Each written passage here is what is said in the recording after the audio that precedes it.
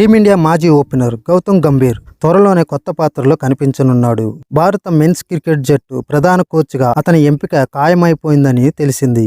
BCCI అధికారికంగా ప్రకటించడమే మిగిలింది. ప్రస్తుతం జరుగుతున్న టీ20 ప్రపంచ కప్తో ప్రధాన కోచ్గా రాహుల్ ద్రావిడ్ పదవీ కాలం పూర్తవుతుంది. ఆ వెంటనే అతని స్థానంలో గంభీర్ తన పని మొదలుపెట్టనున్నాడు. ఈ మేరకు గంభీర్ డిమాండ్కు బీసీసీఐ పచ్చజెండా ఊపినట్లు తెలుస్తోంది. జట్టు సహాయక కోచింగ్ సిబ్బందిని తానే నిర్ణయిస్తానని, అందుకు సమ్మతిస్తేనే కోచ్గా వస్తానని గంభీర్ డిమాండ్ చేశారని బీసీసీఐ వర్గాలు తెలిపాయి. అందుకు బోర్డు కూడా అంగీకరించిందని సమాచారం. భారత జట్టు ప్రధాన కోచ్ పదవి కోసం గంభీర్తో చర్చించాం. టీ20 ప్రపంచ కప్ ముగిసిన తర్వాత ద్రావిడ్ స్థానాన్ని అతను భర్తీ చేస్తాడని బీసీసీఐ వర్గాలు చెప్పాయి. ప్రస్తుతం బ్యాటింగ్కు విక్రమ్ రాథోడ్, బౌలింగ్కు పారస్ మాంబ్రే, ఫీల్డింగ్కు దిలీప్ సహాయ కోచ్లుగా ఉన్నారు.